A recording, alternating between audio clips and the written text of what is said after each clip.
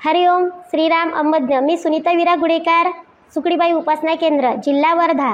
मी माझ्या शेतामध्ये कापूस वेचायसाठी महिलांना घेऊन जात होते। मी पण शेतात जात होते। मग कापूस वेचता वेचता तो शनिवार दिवस होता आणि त्या दिवशी उपासना असते। तर असं कापूस वेचता वेचता एक बाई म्हणाली मला की बाई, माझी मुलगी वर्धेला आहे आणि माझ्या मुलीला खूप मारजोड आहे, तिला आणून टाकला आहे इकडे माझ्या माहेरी।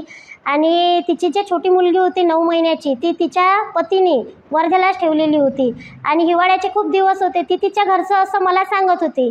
मग माझ्या मनात आलं, आज शनिवार आहे, बापूला आपण काही सांगायचं का? पण तरी पण एक मोठा विश्वास होता आणि काय करू असं पूर्ण मनात गोंधळ चालू होता। पण तरी मी तिला म्हटलं, आज शनिवार आहे, दिवसभर बापूचा जप कर म्हटलं।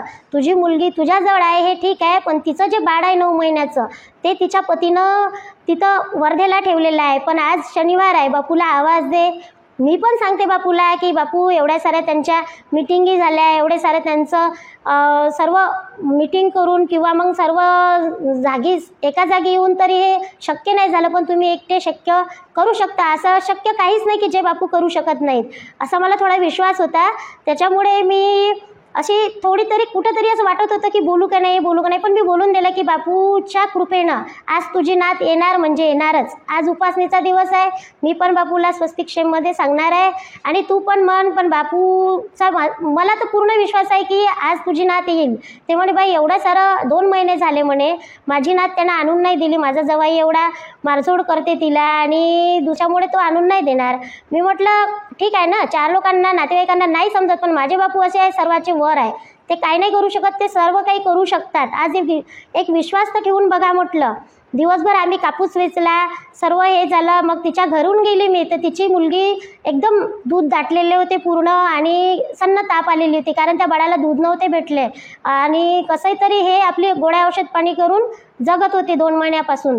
मग आता येईल मी मग उपासनेला गेली आणि तेच एक की मी शब्द ते दिला, माझे बापू कसं सर्वांसाठी धावून येतात, पण मी उपासनेला गेली। स्वस्तिक्षेम संवादमध्ये मी बापूंसोबत बोलली, बापूराय म्हटलं काहीच नाही, पण कसं आहे त्या आईची तब्येत एकदम सिरियस होत आहे, बाळ कसं असेल, थंडीचे दिवस आहे, तिचा वडील तो काय सोय घेणार त्या 9 महिन्याच्या बाळाची वगैरे।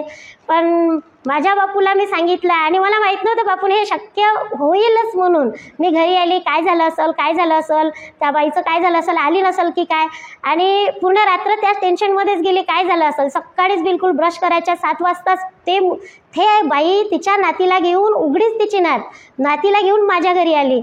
अरे सुनीता बघ म्हणे, पहा म्हणे, काल 6:30 वाजता माझ्या जवयाने म्हणे हे माझी नात आणली आणि माझ्या मुलीच्या मांडीवर टाकून दिली, तसाच परत निघाला म्हणे।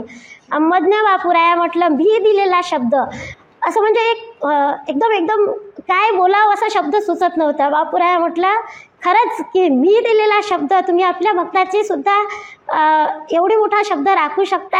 आणि ते मुलगी म्हणजे ते नात त्या आईशी मिळाली आणि सर्व व्यवस्थित झालं आणि तेव्हापासून ते बाई पण उपासनेला सर्वजण यायला लागले।